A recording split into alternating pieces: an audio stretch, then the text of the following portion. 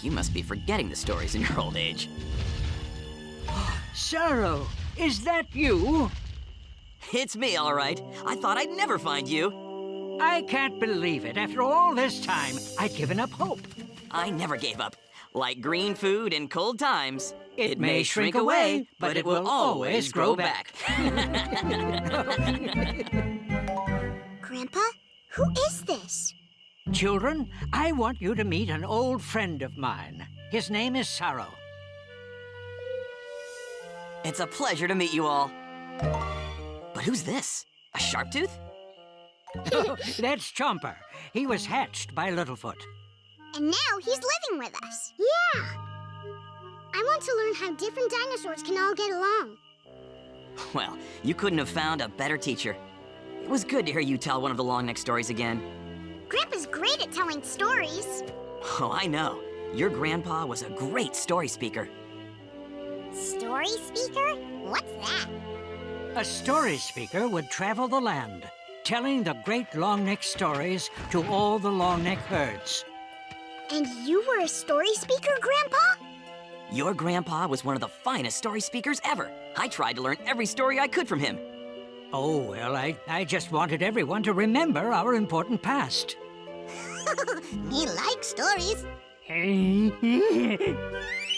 I do too, I do. Yeah, Grandpa, Sorrow, can you tell us one of the great long-neck stories? Please!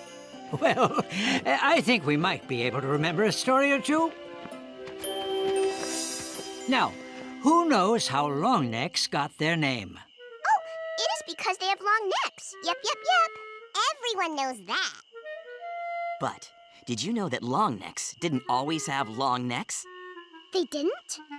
Many cold times ago, before you or I had hatched, longnecks had short necks.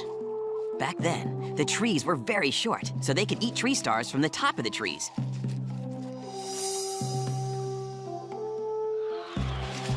The trees would sing to the bright circle every day as it crossed the sky. The bright circle liked their song so much that it reached down and pulled the trees until they were very tall. That way, they would be closer to the sky when they sang their bright circle songs. But now, the tree stars were so high that the short-necked longnecks couldn't reach them.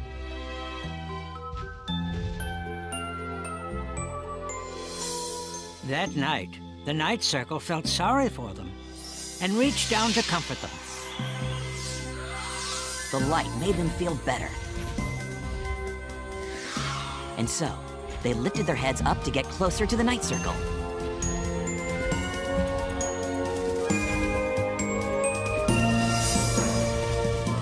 In doing so, their necks stretched enough to reach the tree stars. The kindness of the night circle helped us become longnecks. And that is how longnecks got their long necks. That was a very good story. Yep.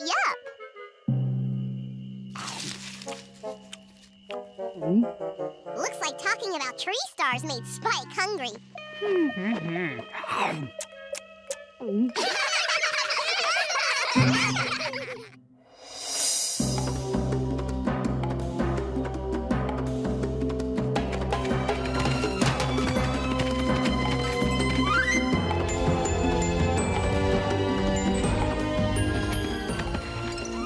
Must have been great to get to tell stories all the time. It is an honor to tell the great longneck stories. And a very important job. But some of the longnecks have begun to forget their stories. That's why you have to come back and be a story speaker again. I don't think I can. We'll travel the land, telling everyone the great longneck stories, just like we used to. It sounds like a nice idea. So, you're going to be the story speaker again, Grandpa? Of course he is. Sorrow, I'm sorry. I know how important the stories are. And I loved being a story speaker, but that was long ago. Things are different now. What do you mean, Grandpa? My place is here in the Great Valley, with you and Grandma and all the others. But you're the story speaker. The longnecks need you. I need you. I can't tell the stories on my own. Sorrow, I am very sorry. But even though my days of wandering have passed... Then you've turned your back on the Longnecks and all of our traditions. Sorrow, wait! I have nothing left to say to you.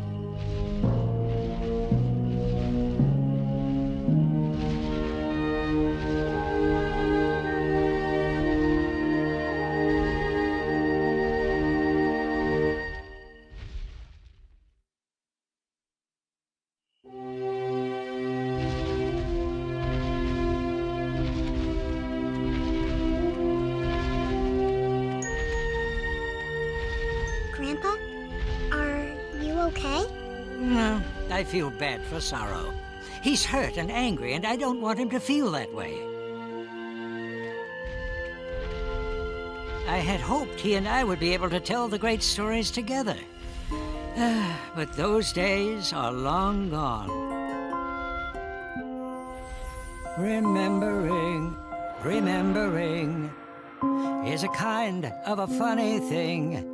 It makes me think of time gone by. Friends are made by saying hi. Thoughts I'll always hold dear. Remembering makes reappear. But even when the thoughts are sad, I'll always have remembering. My remembering.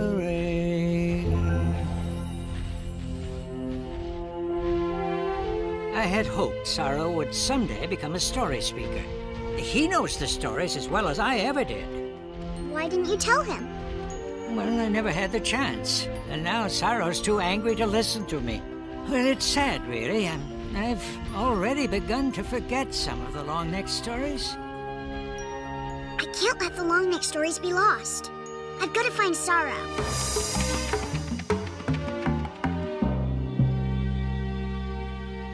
Uh-oh. Sorrow's footprints lead out into the mysterious beyond.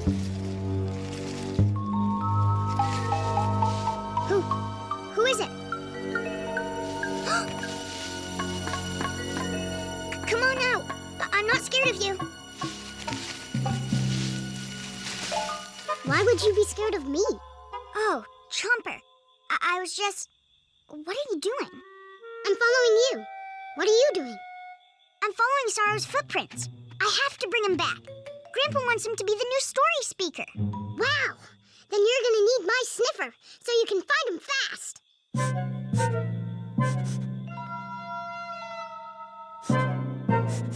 I got him! Then let's go.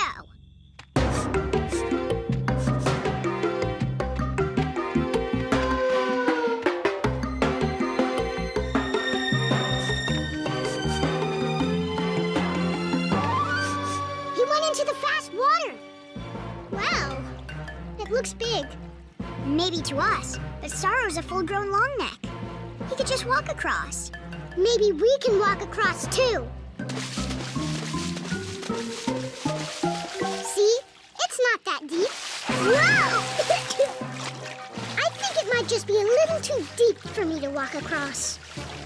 It might not be too deep for me. See? Can I get a ride? Sure, hop on. Thanks.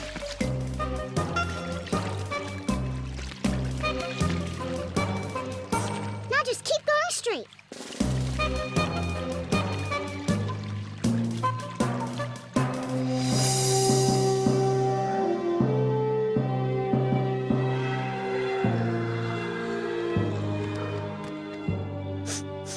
A big Longneck like Sorrow probably just stepped right over this ledge.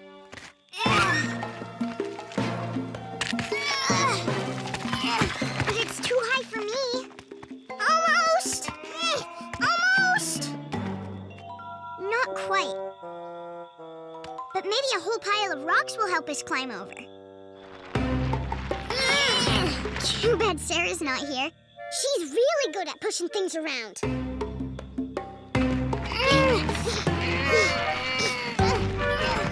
There. That should do it. Let's give it a try.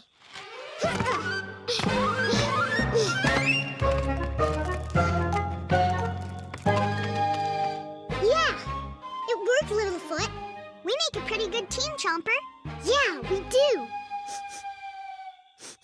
Now let's go try to catch up with Sorrow.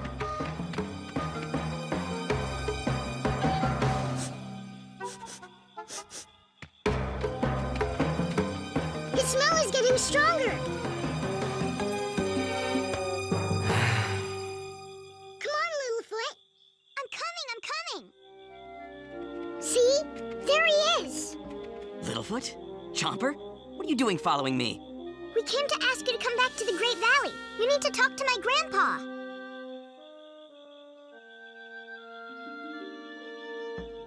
I don't have anything more to say to him. Why are you so mad at Littlefoot's grandpa? If he doesn't come with me to be the story speaker, all the great stories will be forgotten. Well, why can't you be the story speaker? Well, because he's the story speaker. I can't do it by myself. I can't. Look! Sliding rocks! Oh no!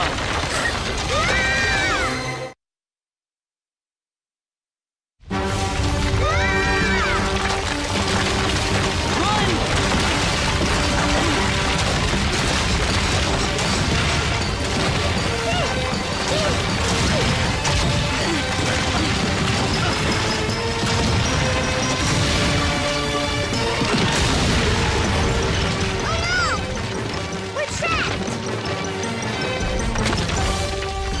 Get on! Quick!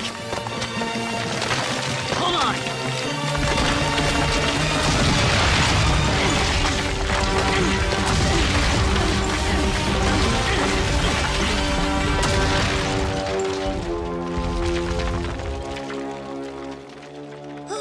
Thank you, Sorrow.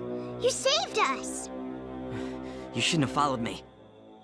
Those rocks are now blocking the way back to the Great Valley. Oh no, we're trapped. What are we gonna do? We will be okay. Maybe we can climb over. There's no way. We might be stuck here forever. Chomper, just take a deep breath and calm down. I don't think I can. It's dark and it's stuffy. Close your eyes.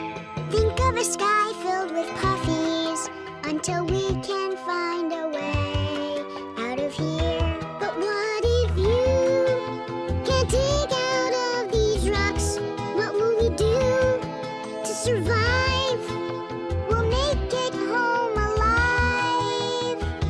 You must believe we'll succeed. I hope you're right.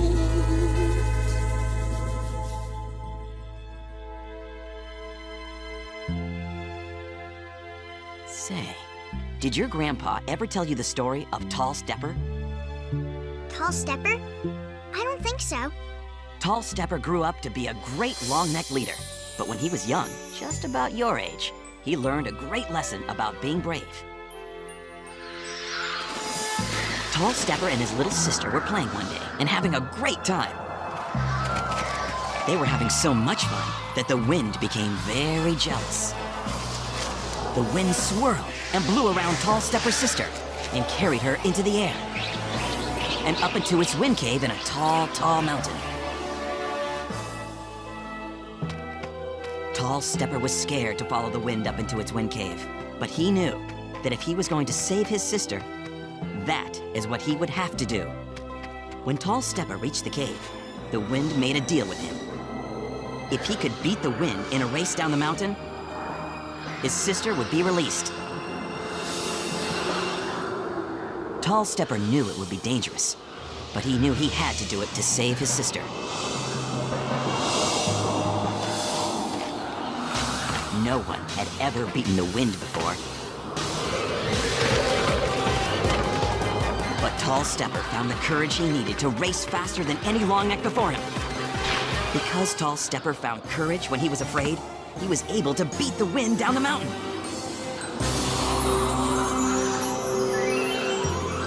The wind kept his promise and brought Tall Stepper's sister back from the cave.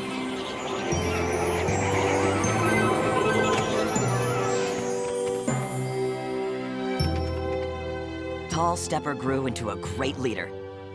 And whenever he needed to be brave, he remembered how he once had the courage to beat the wind.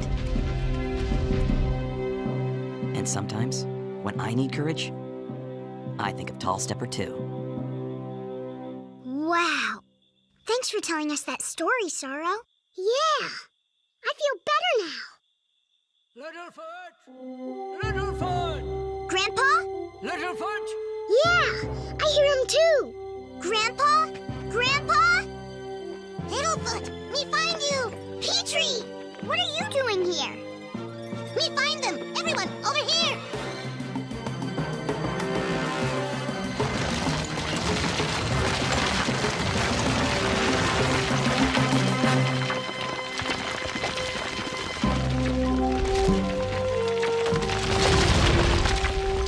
How did you guys find us? We followed your footprints to follow you up into the canyon. Then we heard the rock slide. We heard you yelling, too.